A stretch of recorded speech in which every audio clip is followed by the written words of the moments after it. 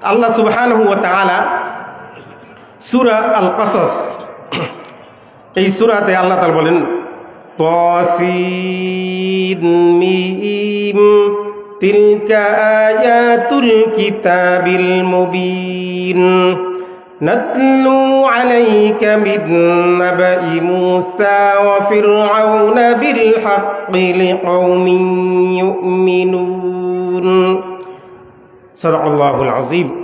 তাসিন মিম তিলকা আয়াতুল কিতাবিল মুবিন। এই যে আয়াত, এটা সুস্পষ্ট কিতাব, এই কিতাবের আয়াত, আয়াতুল কিতাবিল মুবিন। এরপর আল্লাহ বলেন নাতলু আলাইকা মিন নাবাই মূসা ওয়া ফিরআউনা বিল হাক্কি লিকাওমিন ইউমিনুন। নাতলু আলাইকা বলে কুল বিফাদলিল্লাহি ওয়া বিরহমাতিহি ফাবিযালিকা ফালইফরাহু। আল্লাহ তাআলা এত বড় জালেম, তার হাত থেকে আল্লাহ তাআলা রক্ষা করলেন। সকলে বলেন আলহামদুলিল্লাহ। কাজা আদায় করেন, বলেন আলহামদুলিল্লাহ। রব্বানা লাকাল হামদ হামদান কাসীরান তাইয়িবান মুবারাকান ফীহি। আজকে আমরা কোরআনের তাফসীরের মাহফিলে কথা বলি, আর বিগত 15 বছর মাহফিল রেখে পিছন দিয়ে পালাইতে হয়েছে বক্তাদেরকে। এরকম ঘটনা ঘটে নেই বাংলাদেশে? তাহলে আল্লাহ তাআলা শুকর আদায় করেন। আর এলাকাবাসী যারা আলোচনা শুনতেছেন, ঘরে বসে আলোচনা শুনে লাভ নেই, মাহফিলে আসেন, বরকত একটু পরে বুঝতে পারবেন।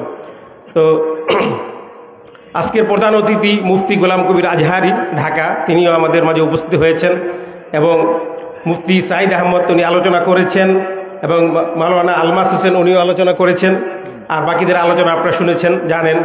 তো এই যে শিবচর থানা জামে মসজিদের উদ্যোগে আয়োজিত আজকের এই তাফসিরুল কোরআন মাহফিল, আপনারা তো দেখতেছেন যে উপরে একটা সুন্দর সামিয়ানা দিছে, আর পিছনে নিচে একটা ত্রিপল বিছায় দিছে, এই তো মাহফিল।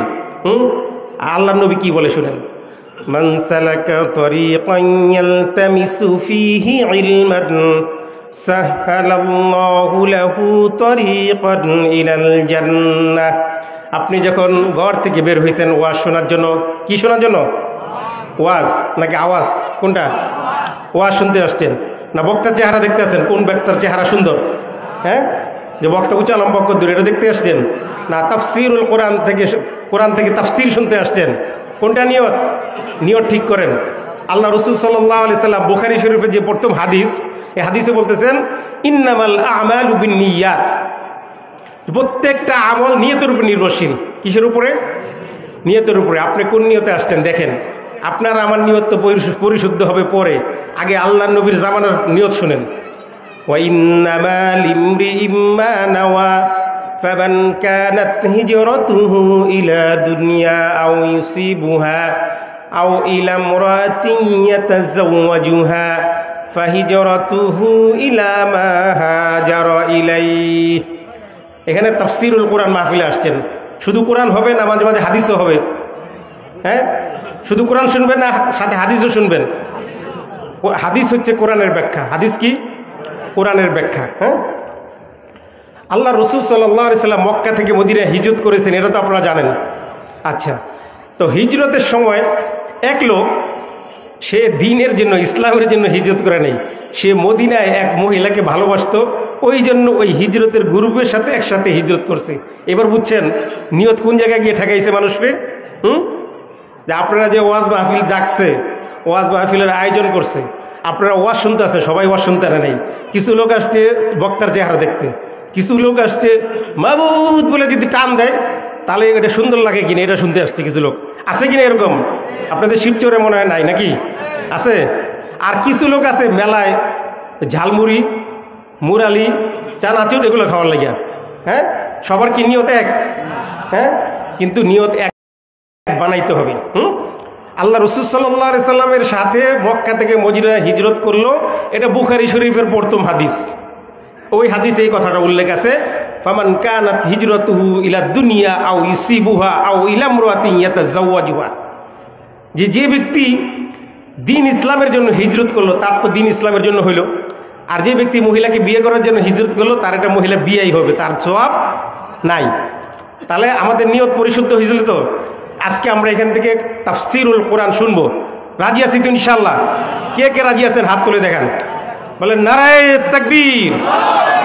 আশেপাশে আমরা যারা আছি দ্রুত চলে আসি। আল্লাহ রাসূল সাল্লাল্লাহু আলাইহি সাল্লাম বললেন, মান সালাকা তরিকান ইয়ালতামিসু ফীহি ইলমান, যে ব্যক্তি ইলমে দ্বীন অর্জন করার জন্য ঘর থেকে বের হইল। আপনারা ঘর থেকে বের হইছেন না ঘরের ভিতরে বসে আছেন? বের হইছেন? যদি বের হয়ে থাকেন তাহলে আপনারা এই হাদিসের সওয়াব পাবেন। মান সালাকা তরিকান ইয়ালতামিসু ফীহি ইলমান সাহহালাল্লাহু লাহু তরিকান ইলাল জান্নাহ। বলেন সুবহানাল্লাহ। আল্লাহ রাসূল বলতেছেন, সাহহালাল্লাহু লাহু তরিকান ইলাল জান্নাহ, আপনার জান্নাতে যাওয়ার রাস্তাটা আল্লাহ তাআলা সহজ করে দিবেন। বলেন সুবহানাল্লাহ। আর ওয়াল্লাযীনা জাহাদু ফীনা লানাহদিয়ান্নাহুম সুবুলানা ওয়া ইন্নাল্লাহা লামাআল মুহসিনিন। ওয়াল্লাযীনা জাহাদু, যারা চেষ্টা প্রচেষ্টা জিহাদ করবে, ফিনা, কোথায়? আল্লাহ তাআলার রাস্তায়। তাহলে আল্লাহ কি করবেন? লানাহদিয়ান্নাহুম সুবুলানা, তাহলে আল্লাহ তাআলা রাস্তাটা তাদেরকে দেখায় দিবেন। তাহলে আপনারা যেহেতু ঘর থেকে কষ্ট করে বের হয়ে মাহফিলে আসতে পারছেন, এই আল্লাহ তাআলার একজন নিয়ামত প্রাপ্ত বান্দা হিসেবে আমরা কবুল করুন। বলেন আমিন। এরপর আল্লাহ রাসূল বলতেছেন, ওয়ামা ইজতামাআ কওমুন ফি বাইতিম মিন বুয়ুতিল্লাহি ইল্লা নাযালাত আলাইহিমুস সাকিনাহ।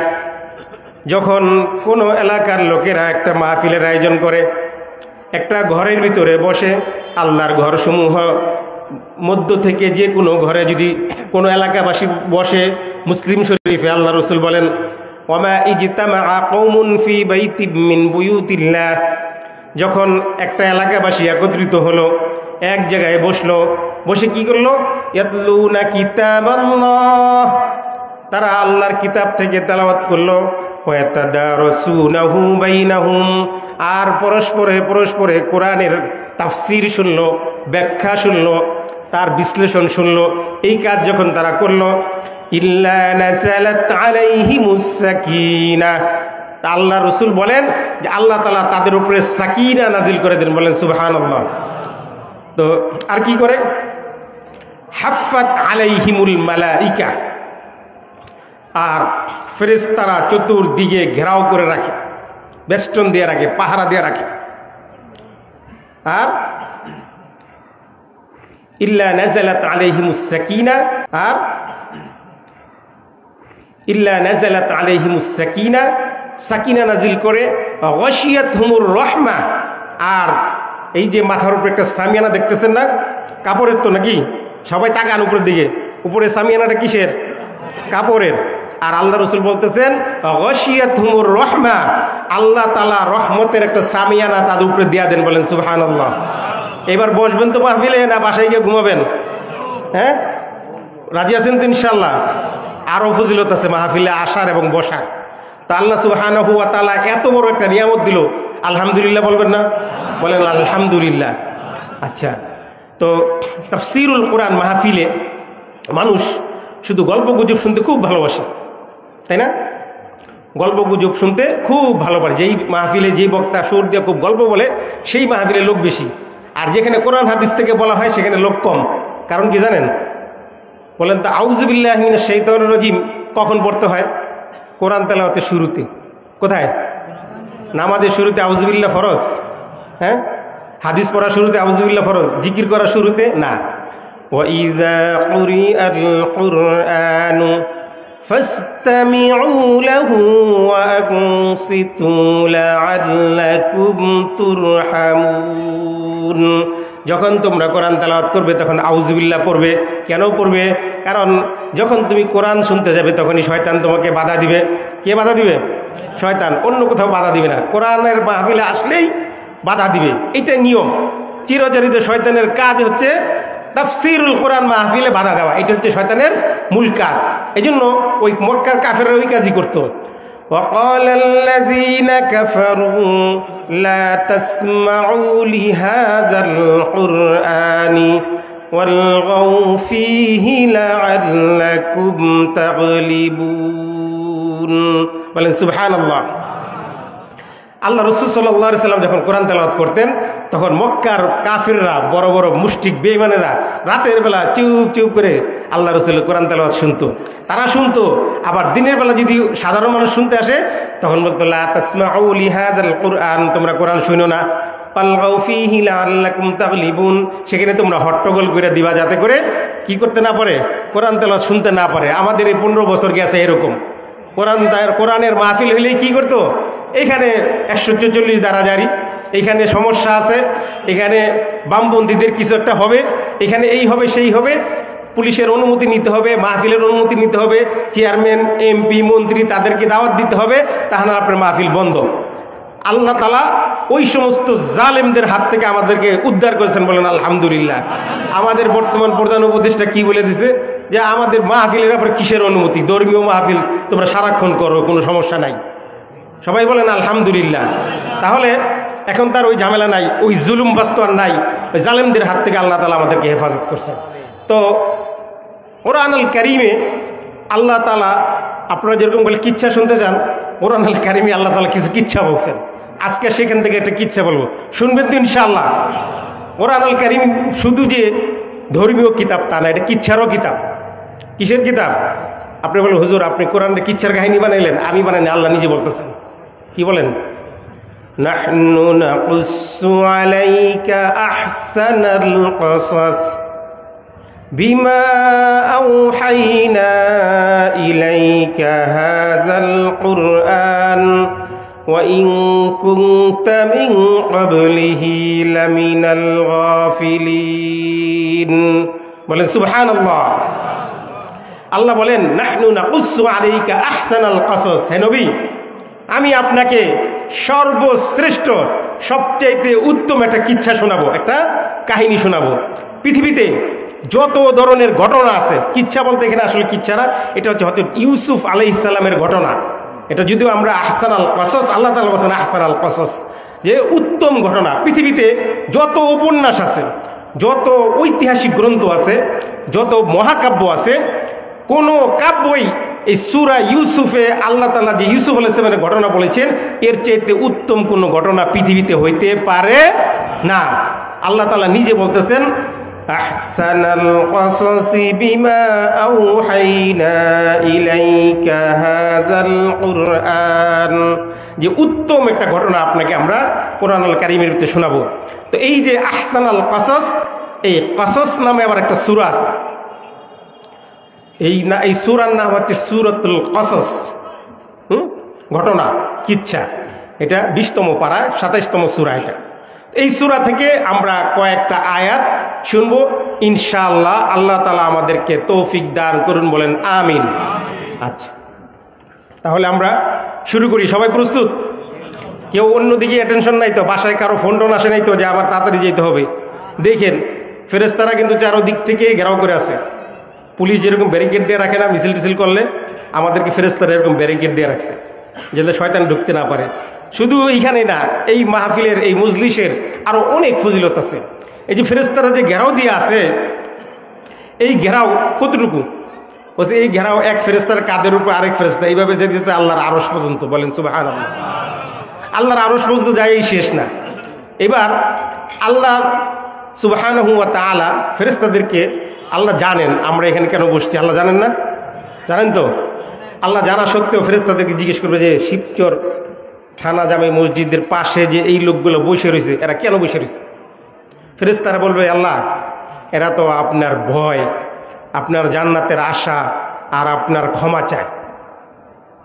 তো আল্লাহ তাআলা জানা সত্ত্বেও ফেরেশতাদেরকে জিজ্ঞেস করবে যে ফেরেশতা এই যে শিবচর থানা মসজিদের সামনে পশ্চিম পাশে এই লোকগুলো বসে বসে কোরআনের তাফসীর শুনতেছে, এরা কি আমি আল্লাহরে দেখছে?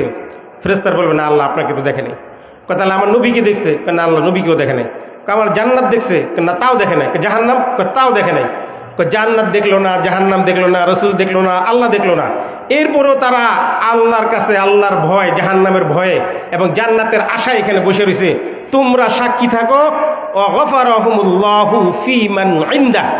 আল্লাহ রাসূল সাল্লাল্লাহু আলাইহি সাল্লাম বলেন যে আল্লাহ তাআলা ডিক্লেয়ার দিয়ে দিলেন যে শিবচর থানা মসজিদের উদ্যোগে আজকের মাহফিলে যারা যারা বসছে সকলকে আমি ক্ষমা করে দিলাম। বলেন আমিন। তাহলে আজকে আমরা ক্ষমা নিয়ে তারপর বাসায় যাবো ইনশাল্লাহ। রাজি আছি তো ইনশাল্লাহ? কে কে রাজি আছেন হাত তোলেন। সবাই রাজি? আল্লাহ তাআলা কবুল করেন, বলেন আমিন। আল্লাহ সুবহানাহু ওয়া তাআলা সূরা আল কাসাস, এই সূরাতে আল্লাহ তাআলা বলেন তাসিন মিম তিলকা আয়াতুল কিতাবিল মুবিন নাতলু আলাইকা মিন নাবাই মূসা ওয়া ফিরআউন বিল হাক্কি লিকাওমিন ইউমিনুন। সাদাকাল্লাহুল আযীম। তাসিন মিম, এটা হচ্ছে হরফে মুকাত্তাআতের অন্তর্ভুক্ত। অনেক মানুষ আছে না যে মনে করে আরে হুজুররা কি কোরআন পড়ে, এগুলো তো আমরা নিজেরাও বানাইতে পারি। আরবের লোকেরা এরকম চ্যালেঞ্জ করছিল যে মুহাম্মদ সাল্লাল্লাহু আলাইহি ওয়াসাল্লাম মনে হয় কোথাও থেকে কোরআন বানায় বলে। হ্যাঁ, এখনো কিছু নাস্তিক আছে বলে যে গ্রিক আর কি ব্যাবিলন সভ্যতার বিভিন্ন বই টই থেকে লিখে দেখে নকল করে করে লিখছে, বলে নাউজুবিল্লাহি মিন জালিক। এই জন্য আল্লাহ তাআলা বলেন যে আমাদের এই নবী হচ্ছে আন-নাবিয়ুল উম্মি, এই নবী লিখতে জানতেন না। তোমরা যে অপবাদ দিবা যে আরেকখান থেকে গ্রিক বই থেকে দেখে দেখে কোরআন বানাইছে, এই নবী তো লিখতেই জানে না, কোত্থেকে বানাবে? সুতরাং তোমাদের ওই যুক্তি বাতিল। এবার তারা চিন্তা করলো যে তাহলে আমরা একটা কোরআন বানাই ফেলি। তখন বলছে যে হ্যাঁ, তোমরা যদি কোরআন বানিয়ে চাও তাহলে প্রথম অক্ষর দিলাম, ওটা দিয়ে বানাও। আলিফ লাম মিম যালিকাল কিতাবু লা রাইবা ফীহ। আলিফ লাম মিম, এই তিনটা অক্ষর দিল। তে পারলে এবার উদ্ধার করে, এর অর্থ কি? আজ পর্যন্ত পারছে? মুসলমান তাফসির মুফাসসিরিন কেরাম বলছে আল্লাহু আ'লামু বিমুরাদিহি বিহি, এর যারা উদ্দেশ্য আল্লাহ তাআলাই ভালো জানেন, বলেন সুবহানাল্লাহ।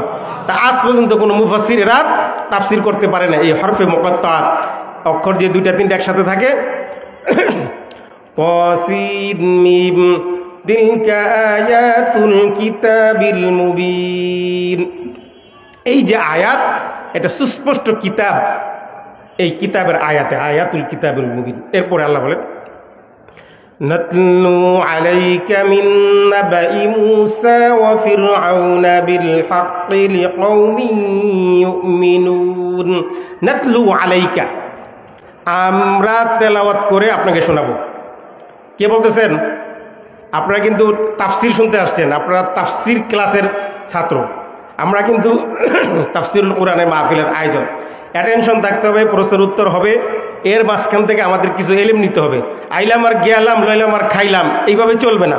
এভাবে বহুত মাহফিল হয়েছে আমাদের দেশে, অনেক মাহফিল হয়েছে। আয়েশা একটা আজান দেয় আর কিছুক্ষণ গজল গায় আর বাড়ি চলে যায়। হ্যাঁ, কোনটা খাঁটি কোনটা মাটি কিছুই বুঝলাম না, কিছু বুঝতে হবে, না বুঝে যাওয়ার সুযোগ নাই। রাজি আছি তো ইনশাআল্লাহ? তো আল্লাহ তাআলা বলতেন নাতলু আলাইকা মিন নাবাই মূসা ওয়া ফিরআউন।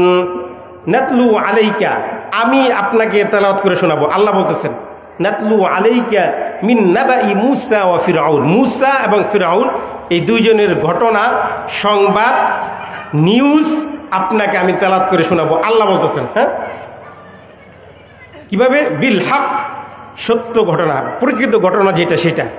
বনি ইসরায়েলের লোকেরা মূসা আলাইহিস সালাম আর বনি ইসরায়েলের জন্য বা ফেরাউনের জন্য কিছু কিছু কাহিনী বানাইও বলতো।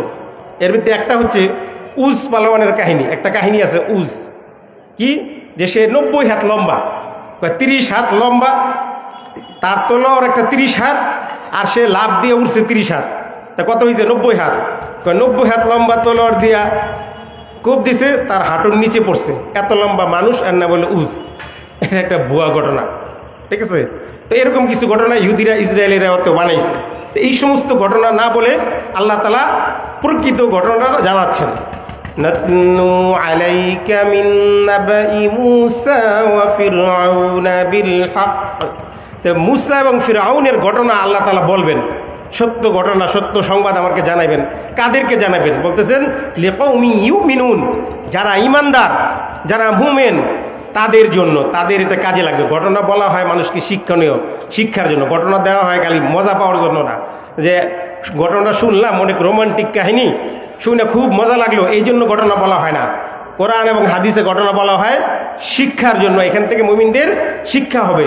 তো আল্লাহ তাআলা বলতেছেন নাতলু আলাইকা মিন নাবাই মূসা ওয়া ফিরআউনা বিল হাক্কি লিকাওমিন ইউমিনুন। এবার আল্লাহ সুবহানাহু ওয়া তাআলা বলেন, ইন্না ফিরআউনা আলা ফিল আরদি ওয়া জাআলা আহলাহা শিয়াআন ইয়াস্তাদঈফু তাইফাতাম মিনহুম ইউযাব্বিহু আবনাআহুম ওয়া ইস্তাহয়ী নিসাআহুম ইন্নাহু কানা মিনাল মুফসিদিন। বলেন আল্লাহু আকবার। আল্লাহ বলেন, ইন্না ফিরআউন, নিশ্চয় ফিরআউন, আলা ফিল আরদ, জমিনের ভিতরে উঁচু স্বরে কথা বলতো, জমিনের ভিতরে অহংকার করে চলতো। ইন্না ফিরআউনা আলা ফিল আরদি ওয়া জাআলা আহলাহা, আর সেই জাতিকে সে ভাগ করে ফেলতো, শিয়াআন, দুই ভাগে ভাগ করে ফেলতো। ইস্তাদঈফু তাইফাতাম মিনহুম, আর ওই জাতিকে সে দমায় রাখতো, অর্থনৈতিকভাবে তাদেরকে যত নিচে নামানো যায়, যত ধ্বংস করে দেওয়া যায় সেটা করতো। ইস্তাদঈফু তাইফাতাম মিনহুম ইউযাব্বিহু আবনাআহুম ওয়া ইস্তাহয়ী নিসাআহুম ইন্নাহু কানা মিনাল মুফসিদিন। আর এই ফেরাউন কি করত? তো তার আমলে যখন তারা জ্যোতিষীর মাধ্যমে জানতে পারলো মূসা নামক একটা সন্তানের জন্ম হয়েছে, মূসা নামক একটা সন্তানের জন্ম হবে, আর সেই মূসা ফেরাউনের রাজত্বকে ধ্বংস করে দিবে, তখন ফেরাউন ডিসিশন নিল, ইউযাব্বিহু আবনাআহুম ওয়া ইস্তাহয়ী নিসাআহুম, যে ওই সময়ে যত ছেলে সন্তান জন্ম নিবে সবগুলোকে সে হত্যা করবে, সে জবাই করবে। ইউযাব্বিহু আবনাআহুম আর ওয়া ইস্তাহয়ী নিসাআহুম, আর যত মেয়ে সন্তান হবে সবগুলোকে বাঁচায় রাখবে। এই ডিসিশন নিছে কে? ফেরাউন। কে নিছে এই ডিসিশন? ফেরাউন। আল্লাহ তাআলা দেখেন কিভাবে বলে, ইন্না ফিরআউনা আলা ফিল আরদ, নিশ্চয় ফেরাউন জমিনের ভিতরে অহংকার করে চলতো। কি অহংকার করত? ফেরাউন বলতো, আনা রব্বুকুমুল আলা, আমি বড় খোদা। ফেরাউন কি বলতো? আনা রব্বুকুমুল আলা। বর্তমান সময়ে যত জালেম আছে, যত স্বৈরাচার আছে, তারাও নিজেদেরকে আনা রব্বুকুমুল আলা মনে করে। তারা মনে করে এই জাতি খালি আমার নাম নিবে আর আমার বাপের নাম নিবে। কার নাম নিবে? আমার নাম নিবে আর আমার বাপের নাম নিবে। মক্কার লোকেরা যখন হজ করত, হজ করার পরে তারা কি করতো? বাপদাদার নাম নিত। কি করতো? হজ করার পরে বাপের নাম, খালি সারাক্ষণ খালি বাপের নাম জপতো। আল্লাহ বলেন, ফাইযা কাদাইতুম মানাসিকাকুম ফাযকুরুল্লাহা কাযিকরিকুম আবাআকুম আও আশাদ্দা যিকরা। ফাইযা কাদাইতুম মানাসিকাকুম, যখন তোমাদের হজ করা শেষ হয়ে যাবে, ফাযকুরুল্লাহ, তোমরা আল্লাহর জিকির করবে, আল্লাহর তাকবীর দিবে, আল্লাহু আকবার বলবে। আছে না হজের সময় আল্লাহু আকবার, লাব্বাইক আল্লাহুম্মা লাব্বাইক, লাব্বাইক লা শারীকা লাকা লাব্বাইক, ইন্নাল হামদা ওয়ান নি'মাতা লাকা ওয়াল মুলক লা শারীকা লাক। আছে আল্লাহর তাকবীর। তো ওরা কি করতো? খালি বাপ দাদার নামে, আমার বাপে এই করছে, আমার দাদা এই করছে, আমি তোমাদের এই করছি, আমি তোমাদের ওই করছি, এগুলো বলতো হজ শেষ করে। আল্লাহ বলেন, ফাইযা কাদাইতুম মানাসিকাকুম, যখন তোমাদের হজ করা শেষ হবে, তার বাপ দাদার নাম বলো না, আল্লাহর নাম বলো। ফাযকুরুল্লাহা কাযিকরিকুম আবাআকুম আও আশাদ্দা যিকরা। তো বাপ দাদার নাম যতবার নিছো, অতবার যদি তুমি আল্লাহর নাম নিতা, তাহলে তুমি এতদিনে আল্লাহর ওলি হয়ে যেতা। 1 সেকেন্ড, 1 মিনিটে 59 বার তার বাপের নাম নিছে। 1 মিনিটে 59 বার, মানে প্রত্যেক সেকেন্ডে একবার। তাহলে 1 মিনিটে 59 বার তার বাপের নাম আর তার দাদার নাম নেয়। আল্লাহর নাম নিলে এতদিন আল্লাহর ওলি হয়ে যেত না? তো আল্লাহ তাআলা বলতেছেন, ইন্না ফিরআউনা আলা ফিল আরদি ওয়া জাআলা আহলাহা শিয়াআন ইয়াস্তাদঈফ। ইন্না ফিরআউনা আলা ফিল আরদ, ফেরাউন কি করত? সমাজের ভিতরে অহংকার করে চলতো, সমাজের ভিতরে অহংকার করতো, বলতো মই কি হনুরে, মই আমি হলাম সবচেয়ে বড় খোদা, আমি হলাম সবচেয়ে বড় নেতা, আমি হলাম সবচেয়ে বড়। হ্যাঁ, ইন্না ফিরআউনা আলা ফিল আরদ, আল্লাহ বলেন, ওয়ালা তামশি ফিল আরদি মারহান ইন্নাকা লান তাখরিকাল আরদা ওয়া লান তাবলুগাল জিবালা তুলা। ওয়ালা তামশি ফিল আরদি মারহা, তোমরা জমিনে অহংকার ভরে চলো না, অহংকার করে পা ফেলো না জমিনের উপরে। ইন্নাকা লান তাখরিকাল আরদা ওয়া লান তাবলুগাল জিবালা তুলা, তুমি যে অহংকার করে মাটিতে পা ফেলতেছো, তুমি কি লাথি মাইরা জমিনটাকে 2 ভাগ করে ফেলতে পারবে না। আর এত অহংকার করে তুমি রাস্তায় চলতেছো, হ্যাঁ, ওয়ালান তাবলুগাল জিবালা তুলা, তুমি কি বড় হইতে হইতে লাভ দিতে দিতে পাহাড় ডিঙ্গা যেতে পারবা না। তাহলে তুমি কিসের কতুর, তুমি অহংকার করো, তোমার অহংকার করার কোনো ক্ষমতা নাই। ওয়ালাহুল কিবরিয়াউ ফিস সামাওয়াতি ওয়াল আরদ, আসমান এবং জমিনের ভিতরে অহংকার করার মালিক একমাত্র কে? আল্লাহ। আল্লাহর নবী বলেন আল কিবরিয়াউ রিজাই, কিবরিয়াত অহংকার করা এটা হচ্ছে আল্লাহর চাদর। অহংকার করা কার চাদর? হ্যাঁ, এই চাদর নিয়ে তোমরা টানাটানি করবে না। আর ফেরাউন কি করছে? এই চাদর নিয়ে টানাটানি করছে। আর ফেরাউনের ঘটনা মুমিনদের জন্য বলছে না যে বিল হাক্কি লিকৌমি ইউমিনুন, এই ঘটনা মুমিনদের জন্য বলছে। এই যে 1500 বছর আগে কোরআন শরীফ নাজিল হয়েছে, 1500 বছর পরে এই ফেরাউনের ঘটনা আমাদের কোন কাজে লাগবে বলেন? নাই আমাদের কাজে। আমাদের জালেম সরকার নাই ছিল, তাহলে ওই জালেমদের জন্য শিক্ষা আছে না? আর মাজলুম যে আমরা, আমাদের জন্য কি আছে? এই শিক্ষা আছে। এই জন্য বলছে লিকৌমি ইউমিনুন, যারা মুমিন, যারা ইমানদার, তাদের জন্য এই ঘটনা শিক্ষা আছে। তাহলে অহংকার করা যাবে না, অহংকার পতনের মূল। হ্যাঁ, অহংকার পতনের মূল। যে দিনের ভোট, রাইতের ভোট, হ্যাঁ, ডামি ভোট, বেডামি ভোট, এগুলো কইরা কইরা আবার আর কে ক্ষমতা থেকে নামায়। ফেরাউন যখন মারা যায়, যখন লোহিত সাগর ভিতরে তারা ডুবায় মারে, মারার সময় সে বলতেছে আমানতু আন্নাহু লা ইলাহা ইল্লাল্লাযী আমানাত বিহি বানু ইসরাঈল। দেখেন কত বড় বাটপার, পানির ভিতরে ডুবে মারা যেতেছে, তখন বলে যে আমানতু আন্নাহু লা ইলাহা ইল্লাল্লাযী আমানাত বিহি বানু ইসরাঈল, আমি ঈমান আনলাম। কার প্রতি? ওই ইলাহের প্রতি, বনি ইসরাইল যার প্রতি ঈমান আনছে তার প্রতি ঈমান আনলাম। তাও কয় না আমি আল্লাহর প্রতি ঈমান আনলাম। বুঝছেন? হ্যাঁ, আবু জেহেলের নাম শুনছেন না? আবু জেহেলকে তো বদরের যুদ্ধে মারা হয়েছে। তো আবু জেহেলকে যখন মারতে যায়, বুখারীতে আছে এই ঘটনা।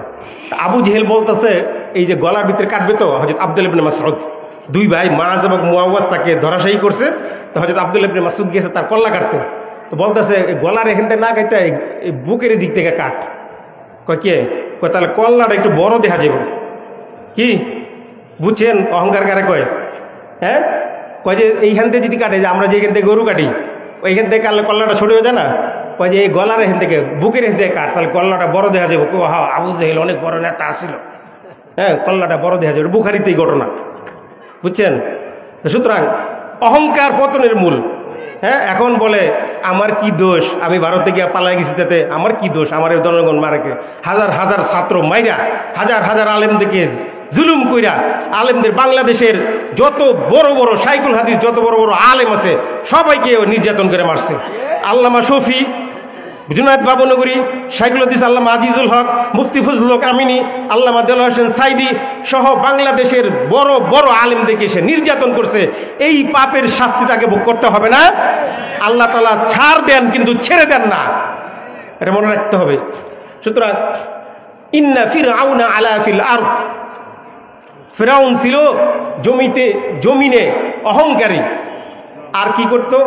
وجعل أهلها شيعا يستضعف طائفة منهم يذبح أبناءهم ويستحيي نساءهم إنه كان من المفسدين বলেন আল্লাহু আকবার। ইন্না ফিরআউনা আলা ফিল আরদ, আর ওয়াজআলা আহলাহা, ফিরআউনের রাজত্বে মিশরে যত জনগণ ছিল এই জনগণকে সে ভাগাভাগি করে রাখতো। কি করতো জানেন? আমাদের দেশে তো আগে ব্রিটিশটা ছিল না, ব্রিটিশদের একটা নিয়ম ছিল ডিভাইড অ্যান্ড রুল, ভাগ করো আর শাসন করো। তো ফেরাউন কি করতো, যে এরা হলো বনি ইসরাইল, এরা হচ্ছে কিপ্তি, এরা রাজবংশের লোক, এরা অমুকের লোক, এভাবে ভাগাভাগি করত। বিগত বছরগুলো আমাদেরকে আলেমদেরকে জঙ্গি বানাইছে। কি বানাইছে? ওই আলেমরা হলো সব জঙ্গি, আর তারা হলো সব ভঙ্গি। আমরা জঙ্গি হলে ওরা কি ভঙ্গি। তারা ভং ধরছে স্বাধীনতার, ওরা স্বাধীনতা বেঁচে দেয় ভারতের কাছে, আবার কয় ওরা ভঙ্গি। তাহলে ফেরাউন ওই কাজটা করতো, আর আমাদের লেডি ফেরাউন এই কাজ করছে। লেডি ফেরাউন কি করছে? ওয়াজআলা আহলাহা শিয়া'আন, এই জাতিকে দুই ভাগে ভাগ করত। এরা স্বাধীনতার পক্ষে আর এরা স্বাধীনতার বিরোধী। হ্যাঁ, 50 বছর পরে এখনো স্বাধীনতা বিরোধীগুলো বেঁচে রয়েছে। আর কি, এরা জঙ্গি, এরা মৌলবাদী, এরা আগাবাদী, এরা এই এরা সেই।